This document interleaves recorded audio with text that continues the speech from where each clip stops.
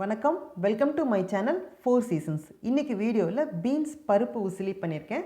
இது எப்படி செய்கிறது அப்படிங்கிறதுக்கு முன்னாடி என்னென்ன பொருட்கள்லாம் தேவை அப்படின்னு நான் சொல்லிடுறேன். நான் பீன்ஸ் இந்த மாதிரி ஒன்று போல் ஈவனாக சின்ன சின்ன பீசஸாக கட் பண்ணி வச்சுக்கணும். கடலைப்பருப்பை நான் ஒரு அரை மணி நேரமாக நல்லா தண்ணியில் ஊற வச்சு வச்சுருக்கேங்க. தாளிக்கிறதுக்கு கடுகு உளுத்தம் பருப்பு, பருப்பு கூட போட்டு அரைக்கிறதுக்கு கொஞ்சமாக சீரகம், ஒரு வரமிளகாய் வச்சுருக்கேன். அப்புறம் தேங்காய் பூ, கருவேப்பிலை, பெருங்காயத்தூள், மஞ்சள் தூள், உப்பு, இவ்வளோ தாங்க இதுக்கு தேவையான பொருட்கள். இப்போ இந்த பீன்ஸை நல்லா வேக வச்சுக்கணும். கொஞ்சமாக தண்ணி விட்டுக்கலாம், நிறைய தண்ணி விட்டுற வேண்டாம். தண்ணி சூடானதுக்கப்புறம் பீன்ஸ் போட்டிங்கன்னா கலர் மாறிக்கும். அதனால் நான் பீன்ஸை போட்டுட்டு தண்ணி ஊற்றுறேன். நான் இதை நல்ல சிம்மில் வச்சு ஒரு 10 நிமிஷம் வேக வச்சுக்கலாம். இப்போ பீன்ஸுக்கு தேவையான உப்பு மட்டும் நான் போடுறேன். நான் இதை நல்லா சிம்லேயே வச்சு வேகணுங்க.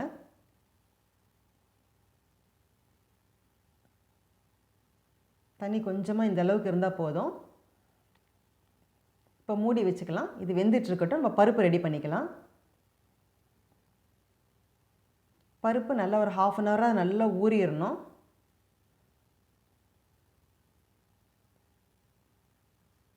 இப்போ காரத்துக்கு நான் ஒரே ஒரு வரமிளகாய் போடுறேன். கொஞ்சமாக சீரகம், மஞ்சள் தூள், பெருங்காயத்தூள். இது கொஞ்சம் கொரகொரப்பாக அரைச்சா போதுங்க, ரொம்ப நைஸாக அரைக்கணும்னு அவசியம் இல்லை. நம்ம வடைக்கெல்லாம் அரைப்போம் இல்லைங்களா, அந்த பதம் பாருங்கள். இந்த மாதிரி அரைச்சா போதும், ரொம்ப நைஸாக வேண்டாம். இப்படி இருக்கட்டும். இப்போ பீன்ஸ் நல்லா வெந்துருச்சு.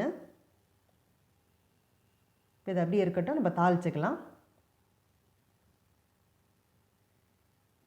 கடுகு உளுத்தம் பருப்பு நான் போடுறேன்.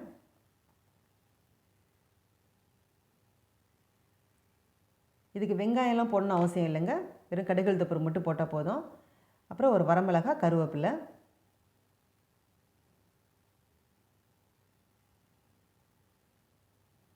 இப்போ அரைச்சி வச்சுருக்கிற பருப்பை சேர்த்திக்கலாம். இதை மெதுவாக நல்ல சிம்மில் வச்சு பொறுமையாக வதக்கி விடணும். இப்போ பார்க்கறதுக்கு இப்போ இப்படி தான் இருக்கும். ஒரு 5 நிமிஷத்தில் நல்லா உதிரி உதிரியாக வந்துடும். நல்லா உதிரி உதிரியாக மொறுன்னு வந்துடும், நல்லாயிருக்கும்.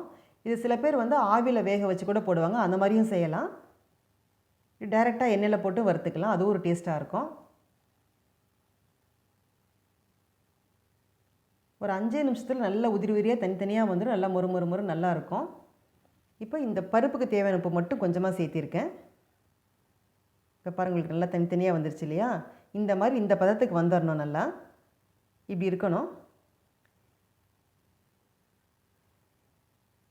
இப்போ நம்ம பீன்ஸை சேர்த்துக்கலாம். வேக வச்ச பீன்ஸை இப்போ சேர்த்திக்கலாம்.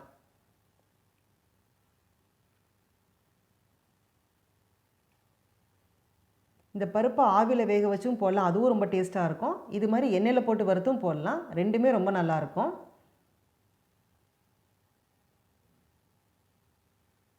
இப்போ தேங்காய் பூ சேர்த்திக்கலாம். தேங்காய் பூ ஆப்ஷன் தாங்க, நீங்கள் விருப்பப்பட்டால் சேர்த்திக்கலாம், இல்லை தேங்காய் பூ ஸ்கிப் பண்ணிக்கலாம். இதே போல் கொத்தவரங்காயில் பண்ணலாம், வாழைப்பூவில் பண்ணலாம், ரொம்ப நல்லாயிருக்கும். நீங்கள் ஒரு ப்ளைனாக ஒரு ரசம் சாதம் பண்ணி இந்த பீன்ஸ் பருப்பு உசிலி தொட்டுட்டு சாப்பிட்டிங்க, ரொம்ப டேஸ்ட்டாக இருக்கும். அது புளிக்குழம்புக்கும் அதே மாதிரி ரொம்ப நல்லாயிருக்கும் காம்பினேஷன். இது கண்டிப்பாக நீங்கள் வீட்டில் ட்ரை பண்ணி பாருங்கள். பார்த்துட்டு எனக்கு கமெண்ட்ஸில் சொல்லுங்கள். பாருங்கள், இப்படி உதிரி உதிரியாக எவ்வளோ அழகாக வந்திருக்கு, ரொம்ப டேஸ்ட்டாக இருக்கும். இந்த பதிவு உங்களுக்கு பிடிச்சிருந்துச்சுன்னா, பயனுள்ளதாக இருந்துச்சுன்னா என்னோடய சேனலை லைக் பண்ணி சப்ஸ்கிரைப் பண்ணுங்கள். வீடியோ பார்த்த அனைவருக்கும் நன்றி, வணக்கம். Good food, good life.